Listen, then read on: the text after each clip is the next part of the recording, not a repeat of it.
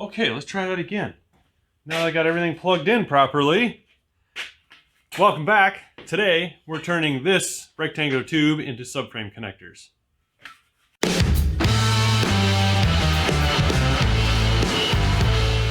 Now, I don't know if you can see it in the thumbnail, but here's a little preview. I did the passenger side already, and today we're going to do the driver's side so you can see how it all fits together. So as I set up to get this going, let's take a moment and talk about why I'm doing it this way. Because what you saw is tube going through the floor. We cut a hole in the floor. See if I can do this. That's the front subframe. The rear goes into that torque box structure there. So that, there we go, you can see the frame coming down in that torque box. The biggest benefit of going through the floor is a straight connection between front and rear. At least that's the theory. The other reason is we're going to try and keep the underside as smooth and as clean as possible for airflow, because air that does get under there tends to tumble around things like frame rails and cross members and all that. So as we're building the bottom side of this car, we're going to try and keep the path for the air smooth and reduce turbulence. One drawback is we lose a little bit of floor space for the seat, and I'm using late model late model Mustang seats for right now. They're fairly tall, but the brackets are also fairly tall. It does clear. I did test fit it. So I know I might not run these seats in the future, but these are the seats I'm going to run at least to start with, unless I can afford better, fancier seats, Recaros or Cobra. I don't know, something. So that's one drawback. The other one, cutting a big long strip out of the floor. That's I don't know, 30 inches or so. One bonus is extra clearance for exhaust, because we're putting 3-inch exhausts on this thing. So extra room for the exhaust is good, because we're not going to have extra stuff hanging down that we have to work around. I know I can buy subframe connectors. A lot of them are either section pieces of tube that fit the bottom of the floor pan, like this, or they are straight pieces of tube with brackets welded on the ends, and you just weld them onto the subframes. A lot of those hang down, or they sit to one side or the other. We're going for the straight shot. Of course, it's more work, not only cutting the floor out, but cutting into the torque box, which you're about to see how much of a pain it was to do the second one. The first one went really easy. The second one, I had troubles with. One other bonus is the roll cage tube is going to come right down here, and it's going to land right in here. So that's a really short tie-in to run a gusset or a gusset tube straight to the subframe connector. The front, of course, is not that fortunate, because the frame rail is going whoop up there, and the pad for up front is going to land somewhere under that toolbox there.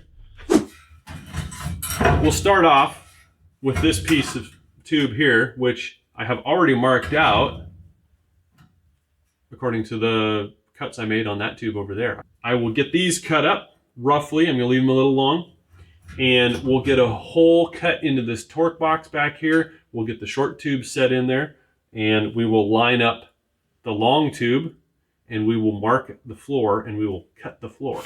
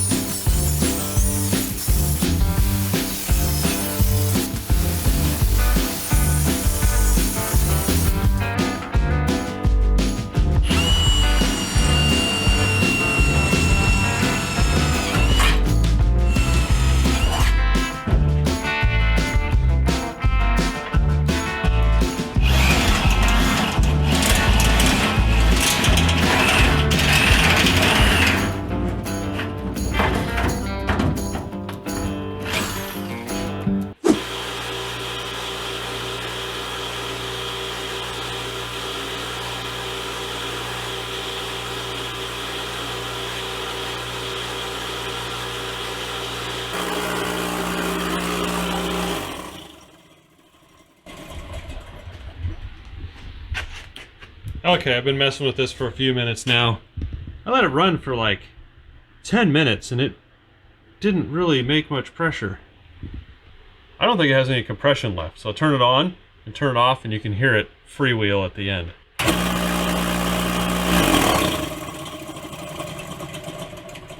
Can you hear that? I think that one's done.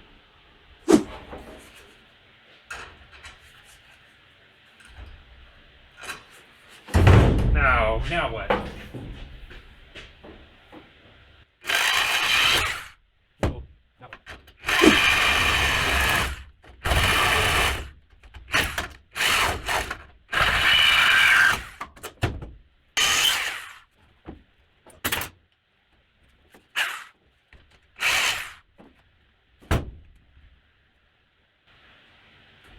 That's not a sawzall.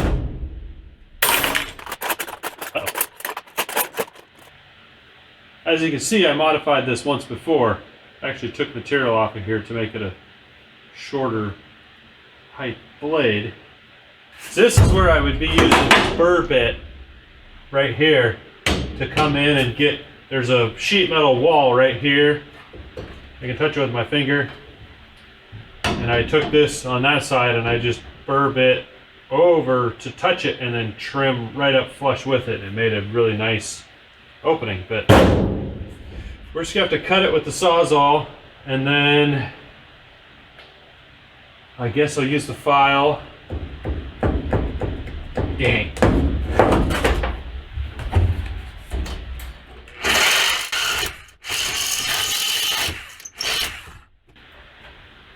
What's really happening, I think, is I'm hitting the tip on some of the layered sheet metal that's inside, so it kicks out. Sorry, I have the fan going in the background. It's cold out here and I got the wood stove going. I shortened the blade, but it's the stroke on the Sawzall is too long. I keep hitting the layered sheet metal on the inside. So I grabbed this blade here. That's a jigsaw blade. Like, okay, let's throw in a jigsaw. Well, it's actually not the right, this end is not right for this jigsaw. So that didn't work well either. One more thing I could try.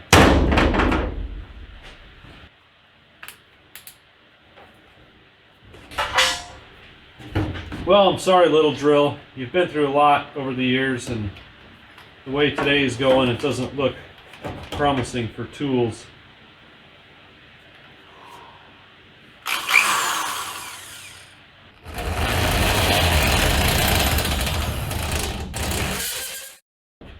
It's not spinning fast enough to properly cut.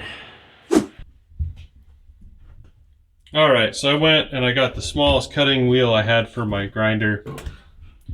Cut out most of it, but I'm still having issues, you know, just getting a little more off of this side, removing some material off the top. This file is too fine. I can't find the bastard file. I did remember that I have a Dremel. Yeah, this might work. Got these little cutoff wheels, but it has an adapter that I can't find in all my little pieces. Now they do have these smaller cutoff wheels here that use basically use this, but as you can see, they're super fragile. So if I can find the adapter for this, we're good. I got the Dremel.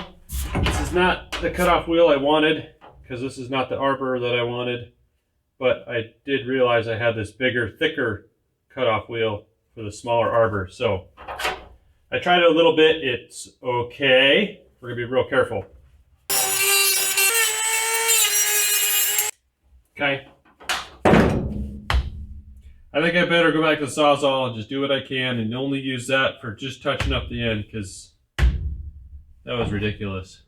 All right, now I got the shop back in here. I cleaned up all the junk. We cleaned up this tube, cut it a little bit.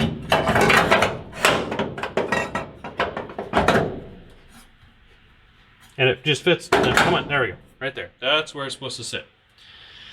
Now before we can weld this in, and before I even want to put this tube down and mark it, we need to go underneath and drill some holes, because we're going to plug weld from the backside underneath the car to this surface back in here, because otherwise there's nothing else in the back of all that tube I put in there to hold it in. It would just be the weld around here. We can do better than that, so let's go into the car. Oh, come on. There. Close enough. Now I gotta take the tube out. Dang it.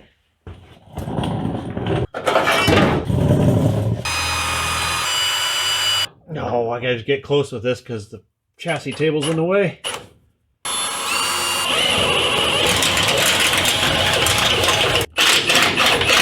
And my battery's about dead. Okay. So these we'll plug weld these to that tube and link in this frame rail. And then later, when we come in here and do the mounts for the lower links for the rear suspension, it's going to be right in this area. And we'll end up drilling all the way through everything and putting a pin in there and welding it up. So you might be able to tell that this is actually not a straight shot. The rear frame rail is actually wider than the front. So I drilled two tiny little holes from the bottom up, right where I want my tube to land. Where's my tube? And that's right at the back of the front frame rail. And I'm sorry, I'm going to apologize right now. The audio is not going to be great because I need to turn that circulation fan on so we can keep getting the heat moving around the shop. It's a little cold. So I'll do another camera angle just in case you couldn't see it back there before. So we're just going to line up here and we're going to run it to these two little tiny pinholes I drilled up from the bottom. And that's the very back edge of the frame rail, which you can kind of see there's a little line there. I think this floor got pushed down a little bit. So we're going to do that. But first, this crap. There's always a step before the step you want to do. So let me see the other side. Yeah, this sound deadening stuff that was under the old seat mount, it's crusty enough and old enough that it just breaks up. All right, look at that. We'll get the shop back, clean that stuff up. Look, it's just crumbling. Let's see, this car is, hey, it's gonna be 60 years old next year. Maybe we should have a birthday for it. What do you think? The shop vac has got to be one of the cheaper, better tools you can have working on a project like this. I don't know what this is. That's like body sealer or something. Let's see if we can get it out of there. Maybe. Oh, that was easy. Okay. We're clean enough to put the tube in there and it fits. This body line, look at that. Oh, it just dropped right in. This should be the easy part, right? I mean, maybe what if I just wow, okay. Scratched right into the paint. I will try and follow that real close with my grinder. Maybe I'll take a straight edge and mark those heavier with a sharper tool, and I'll be able to see them easily. Alright, so what I ended up doing was I needed to primer in this pocket anyway and spray a little primer on this tube before I put it in there. And I just sprayed the floor, and I'll wait, just give it another minute to dry, and then I'll scratch a careful line. I got these, I know where it's supposed to be. I'll set this on there and just do one careful line, and we'll be able to see it real easy. And you know, now that I'm talking about this being primered, guess what I didn't do on the other side? I didn't primer the tube before I stuffed it in there.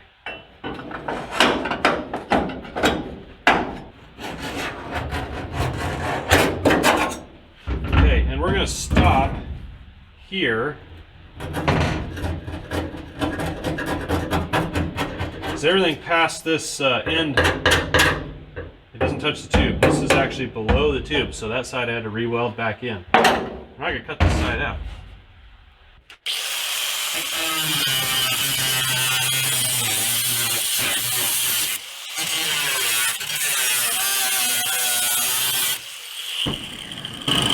I almost forgot a very important thing. I'm supposed to put a brace under here to make sure that this this floor doesn't pop down like it did on that side. Underlining and primer and stuff like this, I would normally clean the gunk off and then get my DA sander and sand it off, because as you mix in the dirt with the adhesive or rubbery crap, it loses its stickiness and it falls off. But my air compressor is still dead, and both of my DA sanders are locked up from not being used for years. So you'll see I'm wearing gloves today. In that other clip, I didn't wear gloves while running the cutting wheel.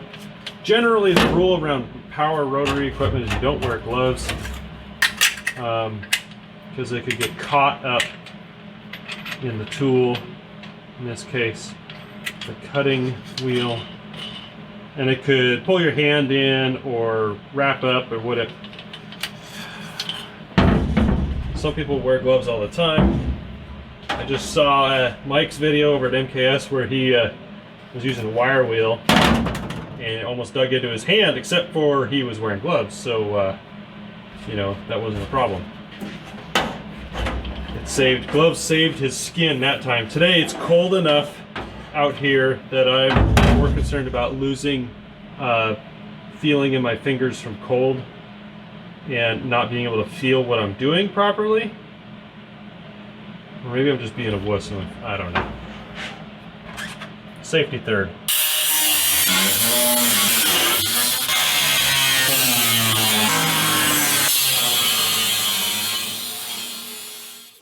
This line is pretty good. This one's a little wavy. So we're just going to set the tube in here. We're going to trim that up. And it's basically just grinding or filing or whatever. So we'll skip forward to that part. We'll skip forward through that part. So that was about an hour, about roughly an hour, of cutting and grinding and filing and fitting and grinding and fitting and grinding.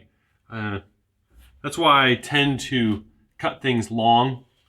Measure twice, cut thrice. All right. This is a pretty good fit. This is not quite as nice on the ends as the other side was, but this seam is a lot better on both sides. So I'll get this tacked in place and we will take a look at the bottom side and see what we're going to do down there.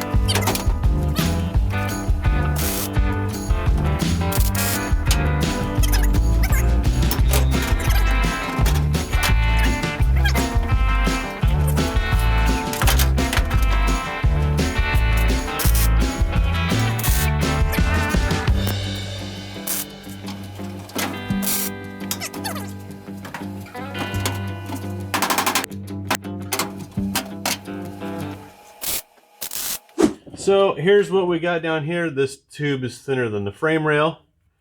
I'm not particularly worried about that from a strength point of view, because this tube has a lot of rigidity to it because it's a fully welded seam tube.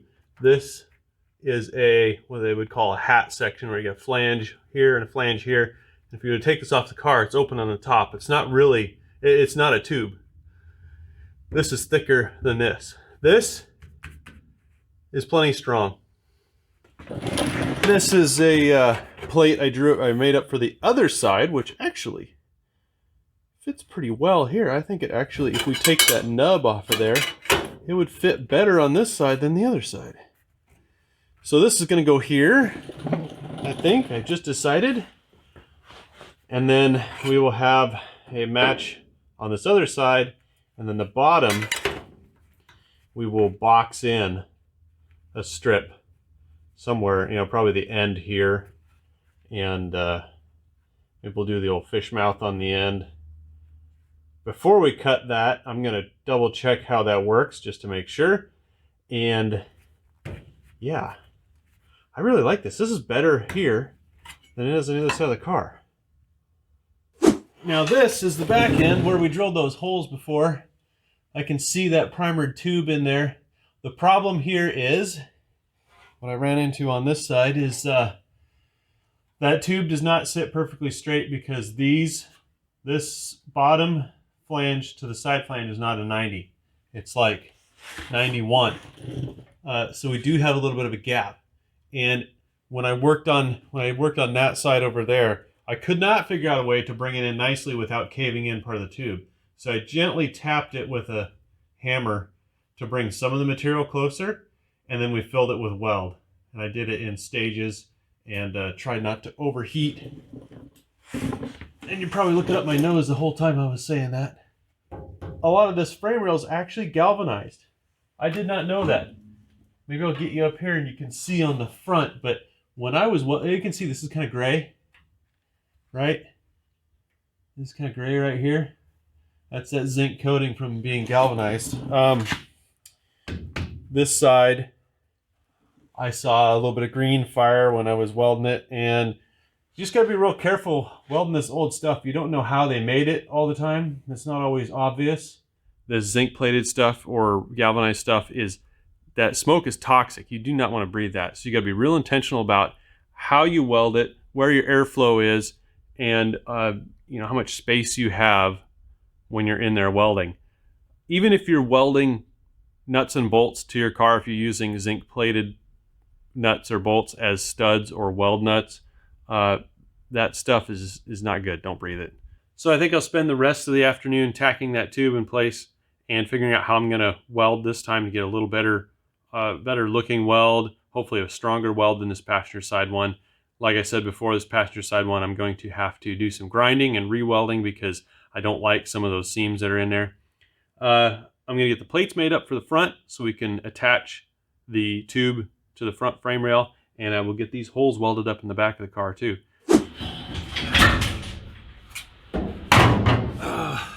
Well, it seems my tools are out to get me. Run out of welding gas. Or at least it's low enough that it won't deliver consistent pressure when I'm welding.